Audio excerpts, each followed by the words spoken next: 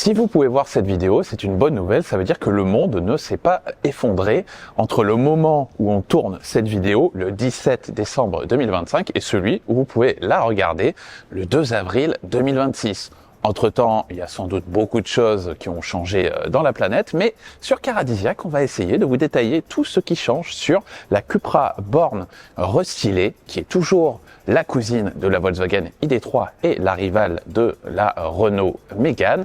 Vous allez voir, il y a quelques changements à l'extérieur, quelques changements à l'intérieur et aussi du côté des motorisations.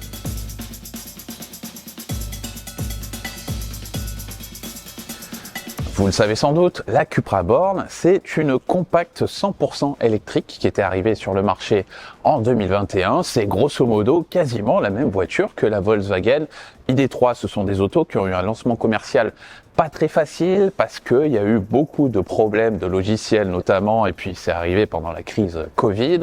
Les ventes au début ça a été un petit peu compliqué, et puis ensuite au sein du groupe Volkswagen ils ont augmenté les remises, etc. et ça s'est un peu amélioré.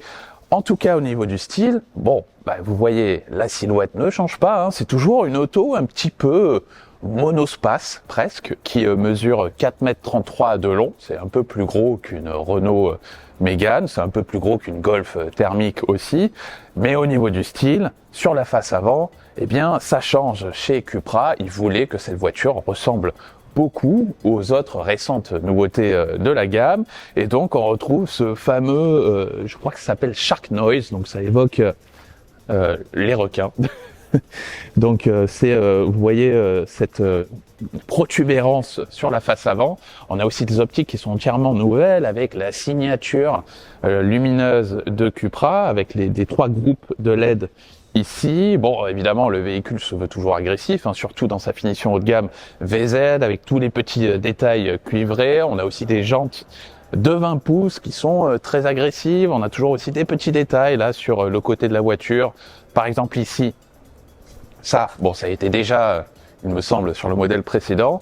Et on a aussi une coupe qui évolue là aussi pour essayer de mieux intégrer la borne dans la gamme Cupra. Donc on gagne un grand bandeau lumineux avec le logo Cupra qui est désormais éclairé. Donc voilà, c'est une auto qui change un petit peu sur le plan du design extérieur. Et maintenant, on va vous montrer ce qui change à l'intérieur. J'ai une bonne nouvelle, chez Cupra, comme chez Volkswagen d'ailleurs, ils en ont enfin fini avec les fameux petits boutons à retour haptique sur le volant qui n'étaient pas pratiques. Là, ils sont remplacés par de vrais boutons physiques, donc ça c'est quand même déjà un progrès. Le volant, eh bien, il reprend aussi le style Cupra, hein, avec les gros boutons pour commander les modes de conduite par exemple ici, et il y a aussi d'importants changements ici, avec cet écran là du combiné d'instrumentation qui est plus gros, il fait désormais 10,25 pouces, avant je crois qu'il était à 5 pouces, et sa tablette tactile centrale, il est toujours à 12,9 pouces, mais par contre, l'interface qu'elle utilisait, qui avait plein de bugs au début, mais qu'ils avaient beaucoup amélioré récemment, elle est totalement changée. Parce que maintenant, le système d'exploitation, c'est Android Automotive, donc ils ont changé toute l'interface. Bon, ça, il faudra vérifier comment elle fonctionne, mais connaissant ce système-là, normalement, on devrait avoir un système à la fois rapide, réactif, pratique, intuitif, etc. Il y a d'autres petites améliorations dans la finition. Alors, globalement, c'est assez flatteur, même s'il faut apprécier le style Cupra. On a toujours plein de petits détails cuivrés, etc. Là, on a des sièges baquets qui sont propres à la finition VZ. Ils ont changé quelques petits détails, comme par exemple au niveau des commandes de vitres. Cette fois, on a 4 vrais boutons physiques, là aussi, au lieu des 2 avant. Mais c'est toujours une ambiance qui est sportive. Et à la fois, c'est vrai que c'est très agréable à vivre. C'est un simple restylage, donc l'habitabilité des places arrière ne change pas, mais justement ça reste une auto qui est très logeable à ce niveau-là. On n'est pas gêné que ce soit au genou ou en garde-toit. C'est une auto qui sera pratique dans une utilisation familiale pour partir en voyage. Alors il y a aussi une petite amélioration là, maintenant on a des aérateurs à l'arrière pour la climatisation des passagers. Bon, par contre, je sais que c'est un tout petit détail, mais on n'a toujours pas de plastique moussé sur les parties hautes des contreportes. Bon. Pas de changement non plus au niveau du coffre. On a toujours 385 litres. Alors c'est une valeur bien qu'elle est similaire à celle d'une Golf thermique, que dans la bonne moyenne des compacts, qu'elles soient électriques ou thermiques.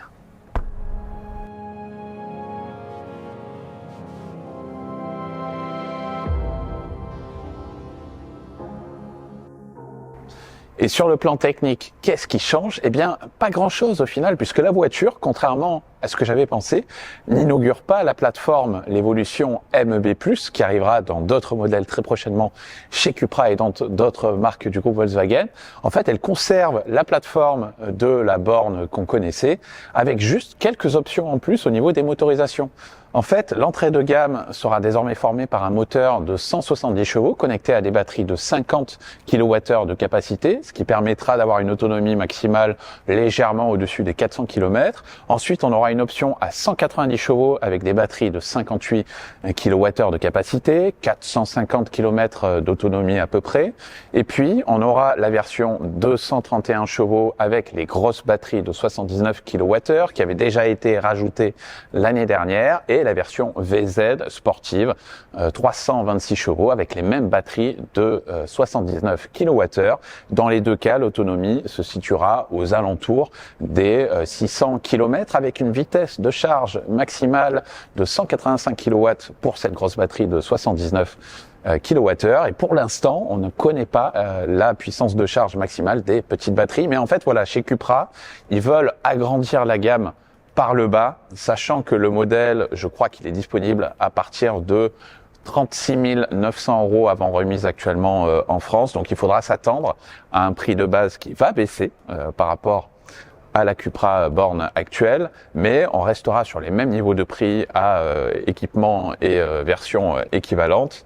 Et bon, de toute façon, au moment où vous voyez cette vidéo, il ne nous restera plus qu'à essayer la voiture et à voir s'il y a des progrès aussi à découvrir sur le plan dynamique, en confort, etc.